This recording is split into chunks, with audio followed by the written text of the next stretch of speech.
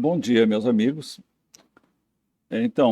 Dando início ao tópico de análise de compostos orgânicos através da espectroscopia, nós teremos hoje o assunto relacionado com a espectroscopia no infravermelho.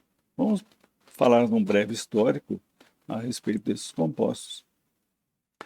Ele se inicia com o estudo de Isaac Newton. Ele montou um experimento no qual um feixe de luz solar passa através de uma fresta na janela para dentro de uma sala escura.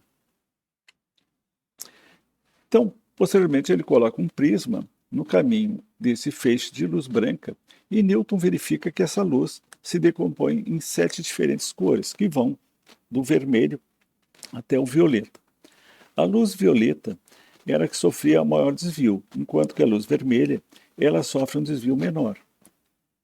Embora isso já fosse bem antes conhecido, ele foi o primeiro a descrever esse fenômeno de forma adequada. Mais tarde, Herschel imaginou a existência de outros comprimentos de luz, da luz branca, fora da região visível. A essa região ele chamou de região de infravermelho. Como essa região era invisível ao olho humano, Herschel ele pensou numa maneira de detectar essa fonte de energia. Então, ele encontrou uma maneira no qual ele, utilizando um termômetro com bulbo escurecido, ele verificou que ao passar essa luz chamada de infravermelho, ela fazia com que a temperatura aumentasse. Posteriormente, ele colocou um recipiente contendo água no caminho desse feixe e observou que a temperatura registrada no termômetro diminuía. Então, ele imaginou que essa diminuição na temperatura era porque a água absorvia essa radiação. Então, variando parte do espectro que atravessava a amostra, Herschel mostrou que a absorção varia com o comprimento de onda da luz infravermelho. Estava aí, então, criado o aparelho de infravermelho, que ele basicamente funciona dessa forma. A radiação de infravermelho, ela tem comprimentos de ondas que variam nesses valores, de 2,5 a 25 milímetros. O número de onda, ele varia de 4.000 a 400 centímetros a menos 1. Nessa região do espectro da radiação eletromagnética, as moléculas absorvem energia e transformam em vibrações moleculares. A frequência, ou seja, o comprimento de onda da absorção, depende da massa dos átomos envolvidos, da força da ligação desses átomos e da geometria da ligação. Então, a luz ela pode ser considerada como uma corrente de pacote de energia que viaja em alta velocidade. Velocidade essa de 3 na 10 elevado a 10 centímetros por segundo. Esse pacote de energia são chamados de fóton. A frequência da onda é associada a esse fóton e se relaciona com a sua energia, através da equação de Planck. A energia, então, ela é dada por essa constante, que é chamada constante de Planck, que tem esse valor, e multiplicado pela frequência. A frequência ela é dada pela relação entre a velocidade da luz pelo comprimento de onda. Já o número de onda ele é definido por essa equação, ou seja, ela é inverso do comprimento de onda. O número de onda é expresso em centímetro. Então, nós podemos tentar entender a espectroscopia de infravermelho como se fosse dois átomos que estivessem ligados através de uma mola. Então, duas bolas que estivessem ligadas para essa mola. Quando essa mola ela não está estendida, ela está em repouso, ela tem, então, um valor zero. A energia potencial dela é zero. Agora, se os dois átomos oscilarem, um em relação ao outro, com uma certa frequência, nós vamos ter aqui um momento dipolar. Então, a frequência de oscilação depende da massa dos átomos, ou seja, do tamanho desses átomos, que significa maior massa. Então, se a massa for grande, ele tem menor frequência. Da força da ligação, ou seja, da força dessa bola, né? Então, isso está relacionado com se a ligação é simples ou dupla ou tripla. Isso também afeta a força. Maior a força, maior a frequência. O preparo das amostras ela é feita através de um suporte. Esse suporte no qual é colocado esses tipos de pastilhas, no qual se utiliza, então, esses sais, geralmente cloreto de potássio ou cloreto de sódio. Eles devem ser isentos de umidade, eles não devem ter nem um pouco de umidade para não afetar a análise. Eles absorvem dentro das regiões aqui. Então, se nós incidirmos uma luz de infravermelho através dessa amostra, essa luz vai ser transmitida e vai ser absorvida pela amostra. Então, essa luz, ao interagir com as moléculas dos compostos orgânicos, ela provoca uma excitação. Existem diferentes modos de excitação dessas moléculas. Por exemplo, nós temos excitação chamada excitação axial. Vamos tomar aqui o caso da molécula de água, no qual os dois hidrogênios vibram no mesmo sentido, eles vão e voltam de forma conjunta, ou eles podem fazer uma espécie de flexão, eles, vamos dizer assim, um balanço, né? Então eles alteram o ângulo da ligação. Então nós temos um processo de estiramento e flexão. Esse estiramento pode ser um estiramento chamado estiramento simétrico. Por exemplo, nós temos aqui as ligações carbono e hidrogênio, em que todos os hidrogênios vibram no mesmo sentido, ou pode um hidrogênio vibrar no sentido contrário. Aqui nós teremos o estiramento assimétrico. Da mesma forma como nós temos os anidridos, as carbonilas, por exemplo, as duas vibram da mesma intensidade, da mesma forma, conjuntas, ou pode uma carbonila vibrar num sentido e a outra vibrar no sentido contrário. Então nós temos esses tipos de vibrações que nós chamamos de estiramento, né, que pode ser simétrico ou assimétrico, e esse processo de rotação, que é chamado de rocking, ou processo de torção, ou esse processo de balanço, perdão, esse processo chamado torção, e esse processo aqui chamado tesoura. Então nós temos aqui 6 tipos de vibrações. Então, para que haja absorção no infravermelho, é necessário que exista um momento dipolar entre as duas ligações. Se não houver momento dipolar, ele não vai absorver no infravermelho. Assim, moléculas, por exemplo, que são iguais, tipo cloro, oxigênio e nitrogênio, eles não absorvem no infravermelho porque não tem momento dipolar. Em relação ao efeito das massas, essas vibrações elas dependem do K, que é a força da ligação, e a chamada massa reduzida. Então, a frequência ela é dada por essa equação, em qual nós temos a força da ligação, que é o K, e essa massa reduzida. Essa massa reduzida ela é dada por esse produto.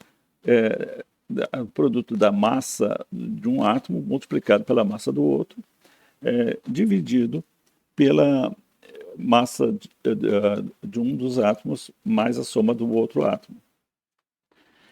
Quanto maior a massa reduzida, menor a frequência.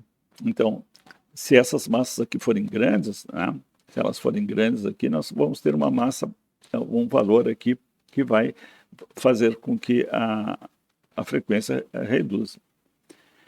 E o K, ele varia de uma ligação para outra. Então, ele vai variar aqui da força da ligação. Por exemplo, ligação tripla, ele tem um K maior do que a ligação dupla e essa maior do que a ligação simples. Então, aqui nós observamos, assim, por exemplo, que se tem ligação tripla, a absorção se dá numa frequência maior, 2150. Se ela tem uma ligação simples, a absorção se dá numa frequência menor. Se a massa for pequena, a frequência é alta. Por exemplo, ligação carbono-hidrogênio. Aqui nós vamos comparar só compostos, átomos ligados ao carbono. Por exemplo, o hidrogênio ele tem uma massa bem pequenininha, então ele absorve uma frequência alta.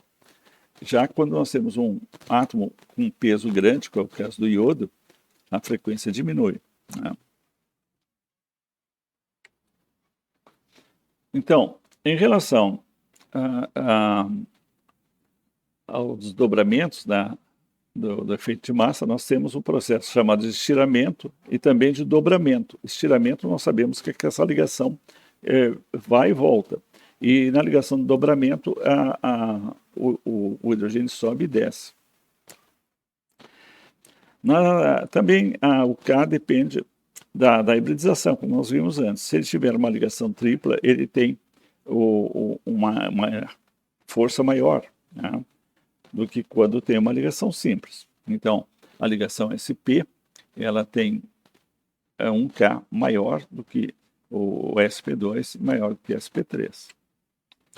Quando nós analisamos o espectro de infravermelho, nós temos duas regiões aqui que nós devemos prestar atenção. A principal delas é a chamada região dos grupamentos funcionais, que vai de 4.000 a 1.700, mais ou menos.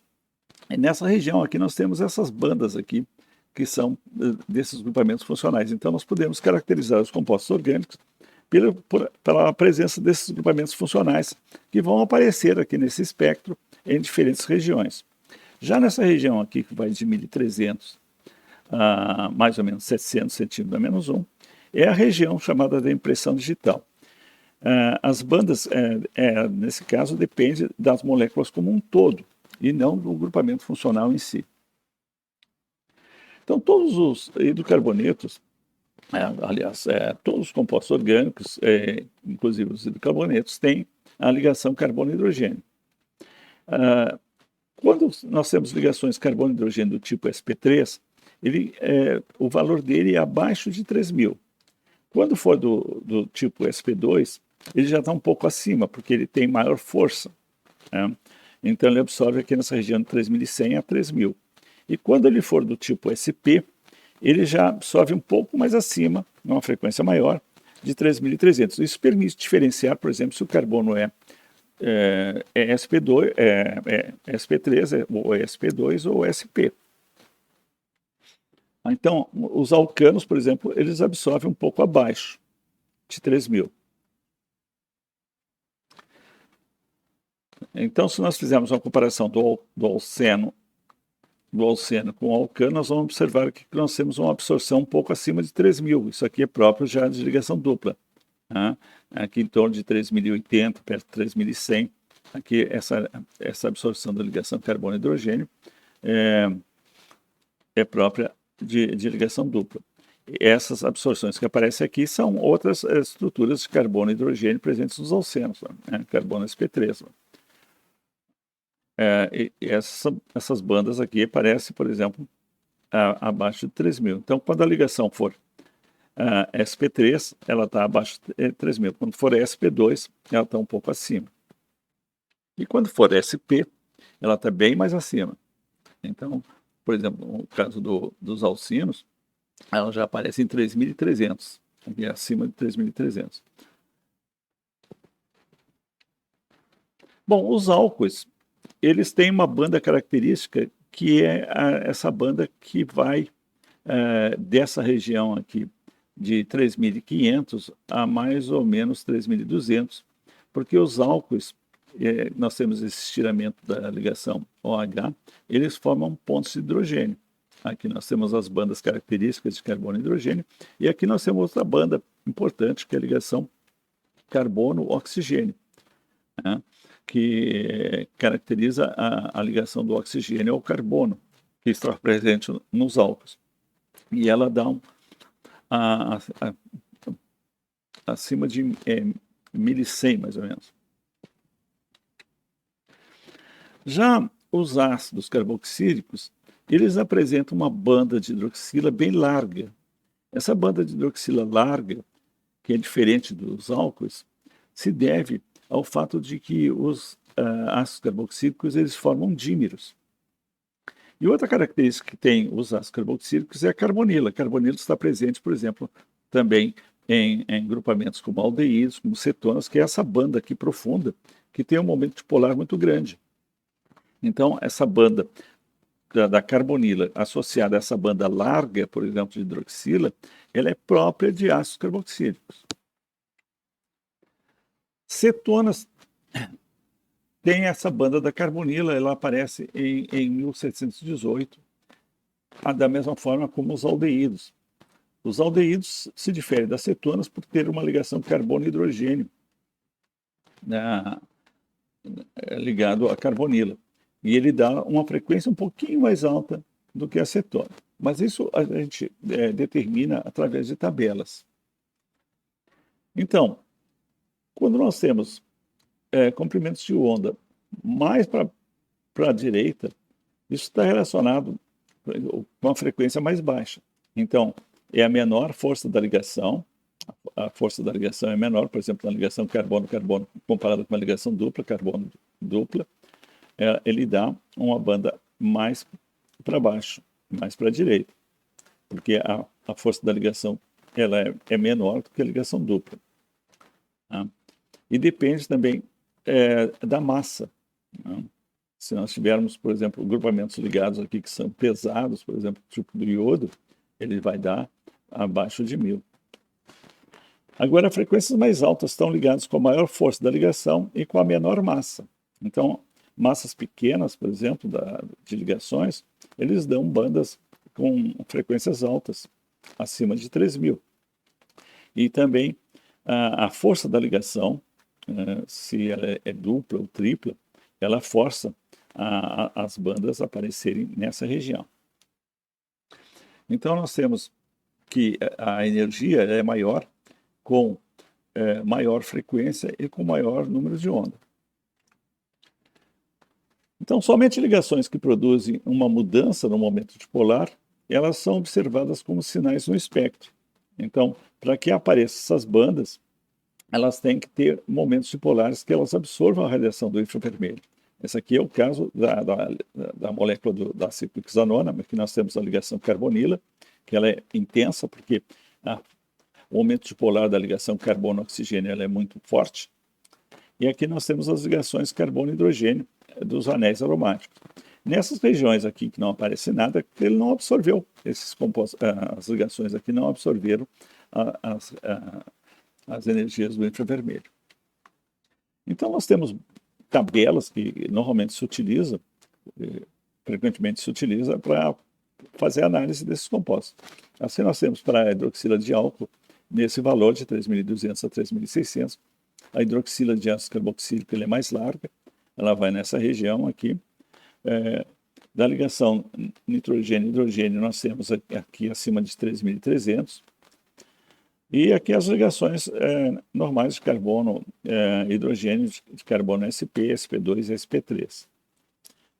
Então aqui nós temos as bandas das carbonilas, que tem nessas tabelas que variam de 1.710 a 1.750 para aldeídos e cetonas. E para os ácidos carboxílicos e seus derivados, nós temos nessas regiões. A ligação tripla, ela absorve também em 2.100 a 2.200, e a ligação da nitrila, que aparece às vezes em certos compostos, nessa região de 2.240 a 2.280. Aqui nós temos, para ligações duplas, por exemplo, podemos verificar se a molécula ela é cis ou é trans, por exemplo. Você pode determinar por esses valores.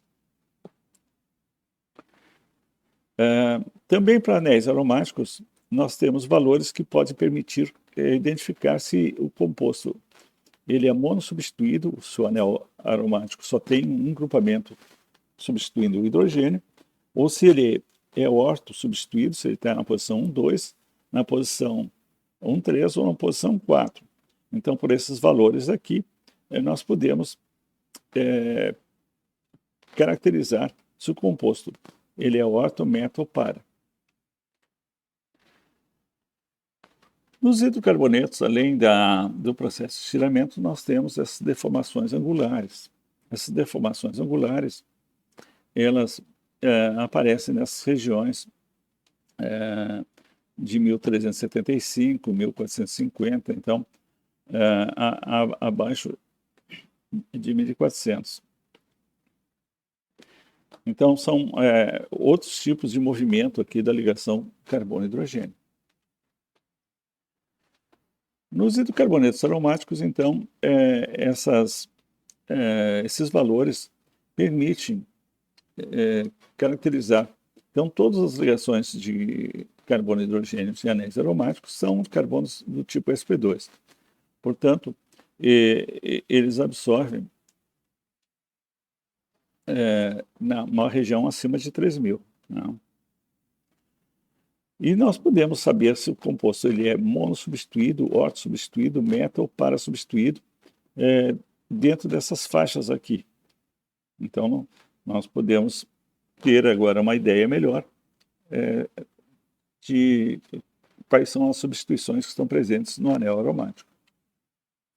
Assim, por exemplo, no composto ortosubstituído, no caso do xileno, nós temos na posição 1, 2, 2 metilas, nós temos a absorção dessas ligações carbono-carbono aqui. Então, em 741 centímetros a menos 1.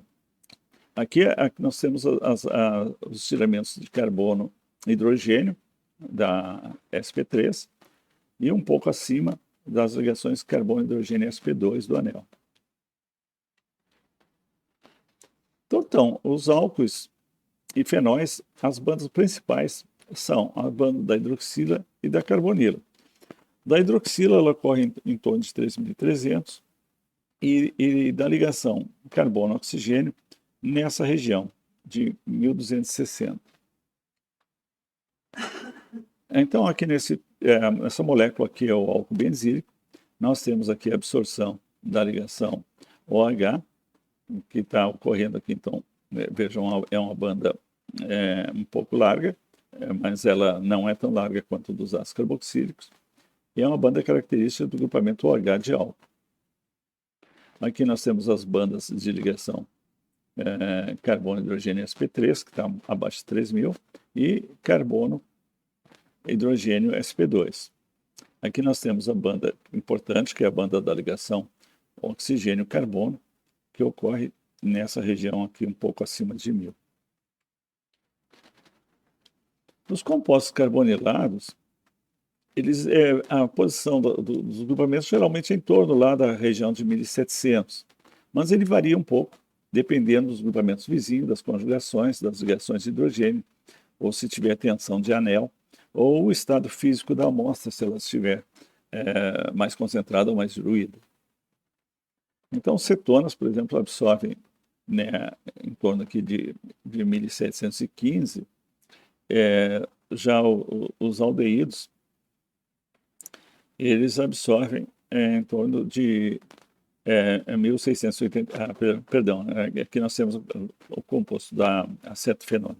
A acetofenona ela tem um anel aromático, então esse anel aromático ele contribui doando elétrons para a ligação da carbonila, então ele faz com que a polaridade dessa ligação diminua um pouco. Então, esse valor aqui, ele está um pouco mais abaixo que na molécula alifática, que não tem essa contribuição tão intensa quanto do anel.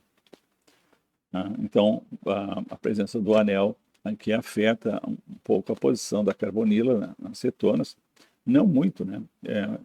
A variação é pouca, mas é basicamente porque os efeitos de doações de elétron afetam a polaridade da ligação da carbonila. Então, aqui nós temos essas tabelas para os derivados de ácidos. Aqui nós temos os cloretos de ácidos, por exemplo, no qual o cloro é um grupamento fortemente eletronegativo, ele retira elétrons da carbonila, então o comprimento de onda aumenta. Ele absorve em 1800, ele tem uma frequência maior. Já nos ésteres, aqui como nós temos uma contribuição do oxigênio do elétrons para a carbonila, ele diminui esse efeito dipolar da carbonila, então ele baixa um pouco a frequência. Então, esses valores dependem da contribuição dos efeitos dos grupamentos que estão ligados. Assim, a acetona, por exemplo, ela tem dois grupamentos alquila aqui, ligado à carbonila, já os aldeídos só tem um hidrogênio. Então, a acetona, os grupamentos alquila, eles doam mais elétrons do que o hidrogênio, portanto, a frequência dela está um pouco abaixo do aldeído.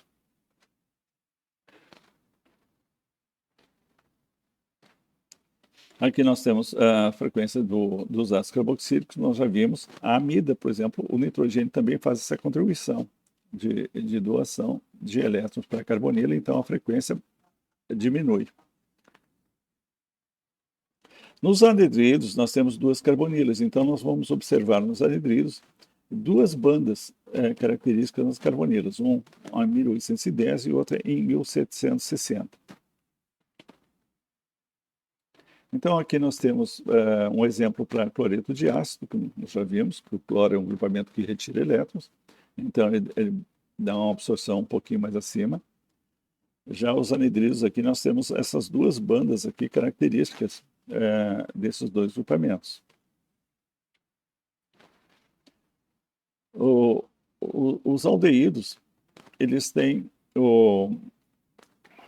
esse grupamento carbonila, que absorve nessa região, e nós temos essa ligação carbono-hidrogênio, que dá essa banda pequena aqui de estiramento, mas é característico de aldeído, por causa da ligação carbono-hidrogênio, né, que dá aqui em torno de 2715. Então, nós temos para os ácidos carboxílicos, uma característica dos ácidos carboxílicos é a banda larga, que é devido à formação dos dímeros, e essa ligação da carbonila. Então, essa ligação de formação de dímero aqui é que faz com que haja o alargamento da banda. Os ésteres, como nós já havíamos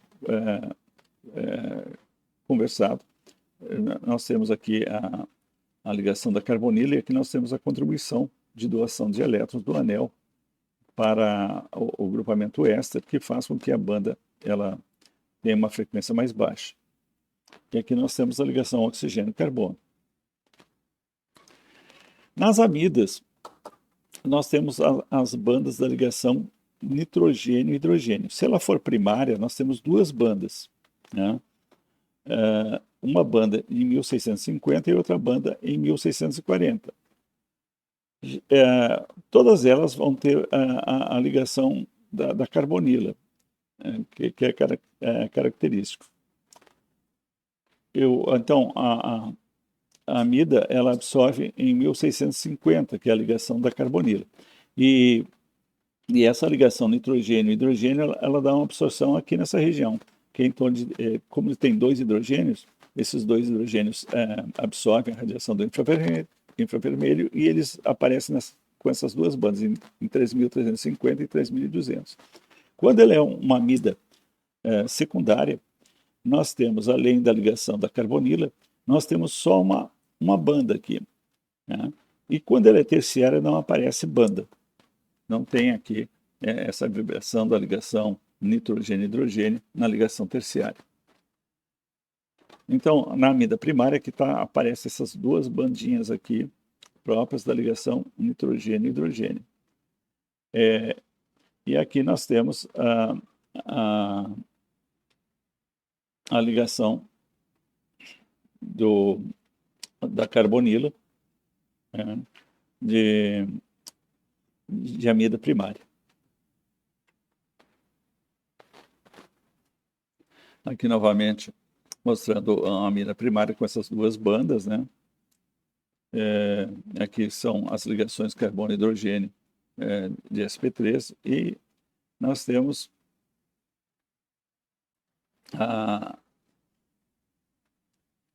as ligações que estão designadas aqui embaixo. Então, nós temos aqui a ligação de tesoura, por exemplo, para nitrogênio e hidrogênio nessas regiões. Compostos halogenados, eles dão abaixo de 1000. Então, isso depende de qual é o tipo halogenado que está ligado ao carbono. Se ele for bastante pesado, ele dá uma absorção bem mais para baixo, né? Aqui em torno de 600 a 500. É o caso do iodo. O iodo é mais pesado que o bromo. O bromo, então, ele tem uma massa menor do que o iodo, ele dá um pouquinho mais acima. Então, está nessa região, de 690 a 715. O cloro já dá um pouco mais acima, no 850. E o flúor, ele dá nessa região entre 1400 a 730, porque o flúor é o menos pesado desses três. Então, o infravermelho ele é útil para caracterizar, por exemplo, os polímeros. Então, se nós tivermos, por exemplo, ligações de diferentes tipos de polímeros, como é, por exemplo, o polietileno tereftalato ou o cloreto de polivinila e assim por diante, nós podemos determinar pelas bandas que tipo de polímero nós temos aqui presentes. Se eles têm ligações duplas, se eles têm ligações com cloro, o caso do cloreto de polivinila e assim por diante. Então, ela é uma análise útil para fazer a identificação, por exemplo, de polímeros. Também, se está associado, se nós temos polímeros associados, por exemplo, ligações de duas moléculas, no caso, por exemplo, do estireno e da acrilonitrila, o estireno tem ligação dupla e a acrilonitrila tem a ligação nitrila. Então, pelas absorbâncias que a gente observa no espectro, nós podemos verificar a quantidade de ligações desses dois polímeros presentes nesse copolímero. Na ciência dos alimentos, por exemplo, nós podemos determinar a água que absorve dentro dessa região, né? Se ela tem água, se não tem. Nós podemos determinar as bandas de proteínas, que são os aminoácidos. Nós podemos, nas gorduras, podemos fazer determinação das ligações duplas de gordura e de carbonila, que estão presentes, por exemplo, em aldeídos e cetonas. E nos carboidratos, nos açúcares, por exemplo, das ligações de estiramento carbono-hidrogênio e das ligações oxigênio-carbono, né? Todos os açúcares têm hidroxila ligado ao carbono. Então, por essas bandas, nós podemos verificar a quantidade, por exemplo, de moléculas que tenham carboidrato, gordura, proteína e água. Podemos comparar também as estruturas que contenham ligações carbono-hidrogênio, se elas são dos tipos cis ou trans, e podemos fazer análise de vinho e detectar os grupamentos de hidroxila, por exemplo, se tem compostos que alteram a presença do vinho, o gosto e as características do vinho, como por exemplo glicol e metanol, que eles são diferentes do etanol. Então, num vinho de boa qualidade deve ter o etanol presente e não o glicol e o metanol, embora os dois tenham grupamentos hidroxilas, mas eles dão espectros em regiões diferentes do etanol. Meus amigos, então, ficamos por aqui. Agradeço por terem acompanhado e desejo a vocês, então, um bom estudo e um ótimo fim de semana. Muito obrigado e até a próxima.